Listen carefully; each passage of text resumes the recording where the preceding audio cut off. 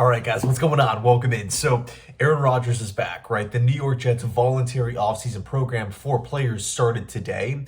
And it's really, really important to have Rodgers back, obviously, leader of the team, face the franchise quarterback. We all know this. This is all pretty obvious stuff. But I do think it's relevant for really two things. Number one, of course, we have the whole Green Bay Packers thing, right, where he didn't go with Green Bay towards the tail end of his career there. And it was a bit of a talking point, right? It was quite a big storyline. And with the New York Jets, it seems like he loves the organization. He loves the players. He loves the fan base. He really wants to be involved and wants to do, every little thing possible to make sure that the Jets are that they're in the best position to succeed moving forward. So that is awesome, right? That is awesome to look at a guy who has skipped voluntary workouts before in the past for another team and now is like 100% all in. I know he had the podcast where he talked about, him kind of falling back in love with football again with the New York Jets. I mean, that stuff is sweet, right? That stuff is awesome in my opinion.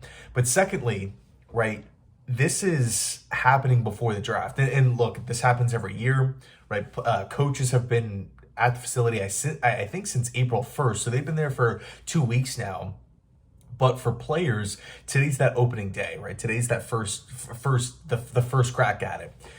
But luckily, we still have 2 weeks before the draft. And Aaron Rodgers is somebody who I would, if you're Hackett, if you're whoever it is, Todd Downing, Saleh, Joe Douglas even, I'm taking Rodgers' opinion when it comes to the first round. Unfortunately, we don't have that second round pick, which sucks. I would love to have a second round pick, especially in this draft with, a loaded tackle class, a loaded wide receiver class, right? I feel like it's a draft class where it's just chocked full of, players and positions that the New York Jets need, quite frankly, to round out the depth of this roster.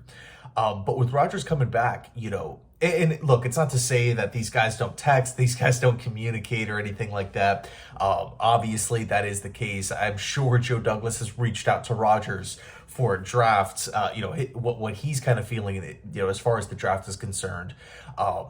But to get that hands-on approach, right, to have everything at your disposal, to have everybody sitting in the same room, to have the film on hand, to have the, memory of interviews and combine interviews, visits, all that kind of stuff in one room, one facility, I think is really, really important. If you take a look at the top 30 visits, the Jets have only really crossed off half the list. We still have about another 13, 14 players that could come in and officially visit the facility, right? And when we looked at the top 30 initially, we didn't see Olu Fashanu. We didn't see Romo Dunze. We didn't see Brock Bowers. We didn't see Fuaga and Amarius Mims and JC Latham and whatnot. So there's still a chance that these guys could get brought in. And now with the players there at the facility, I think it, will definitely serious and I guess maybe more so intimate visit than in the past, right? Where there's no players there whatsoever. It's just coaches and front office members.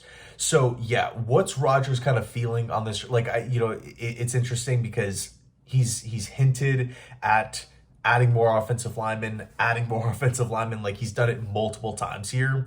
And has also kind of name dropped the wide receiver position. I feel like at this point in time, if I was Joe Douglas, I would be leaning more so towards offensive line, but it's not to say that Bowers or a wide receiver would be a bad pick. The Jets would be, a worse team with those players.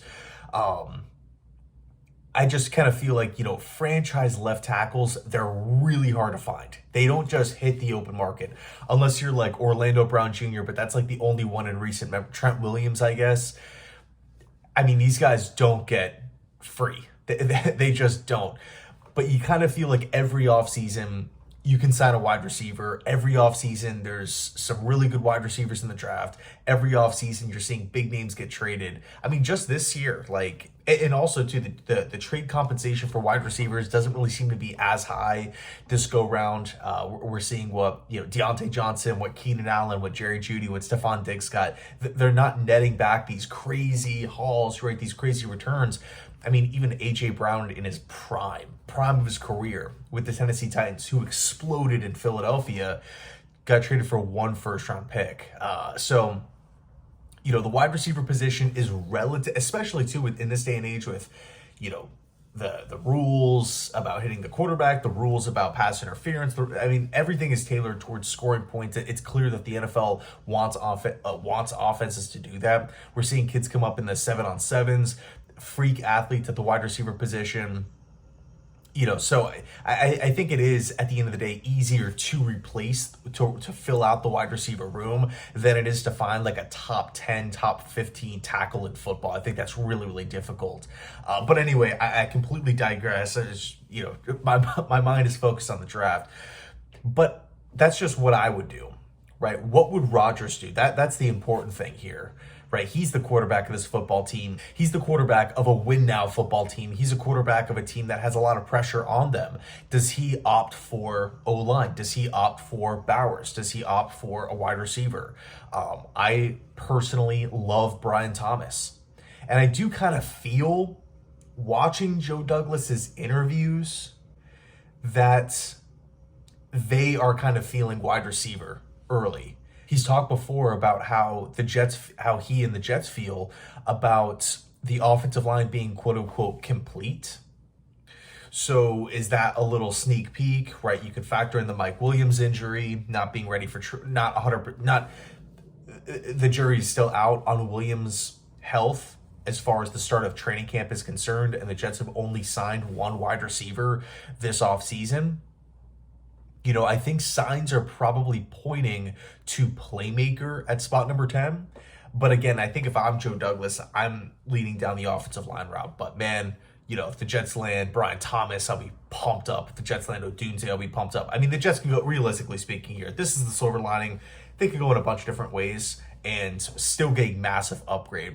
But again, what does A-Rod want? What is he thinking about? What is his number one, I guess, most ideal / realistic scenario here? I think a lot of people would love to have Marvin Harrison as just take your pick of anybody in this draft. Who would it be? I think Marvin Harrison probably checks a lot of people's boxes. Malik Neighbors, Joe Alt. I think Joe Alt for me would probably be my number one.